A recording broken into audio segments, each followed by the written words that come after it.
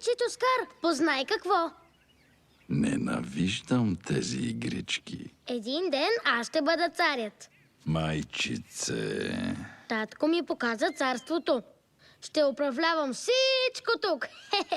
Да. Прости ми, че не подскачам от радост. Сецнал съм се нещо. Ей, Чичоскар, когато стана цар, ти какъв ще бъдеш? Чичо на маймуна. Толкова си странен. Голям си бил умник, бе. Тъй, значи татко ти е показал царството. Цялото. Но не ти е показал какво има зад хребета на северната граница. Не ми показа.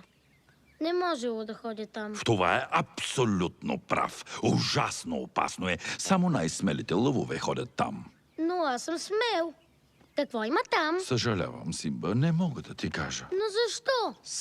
Симба, просто защото мисля за доброто на моя любим племенник. Че аз съм ти единственият племенник. Точно за това тъй зорко бдя на теб. Слонското гробище не е място за един млад принц. Сланското какво? Еха! Как се изпуснах. Рано или късно щеше да го разбереш. Какъвто си умен и така нататък. Но искам да те помоля за нещо. Обещай ми никога да не ходиш на това ужасно място. Обещавам. Добро, момче. Хайде, тичкай да си играеш. И помни, това е нашата малка тайна.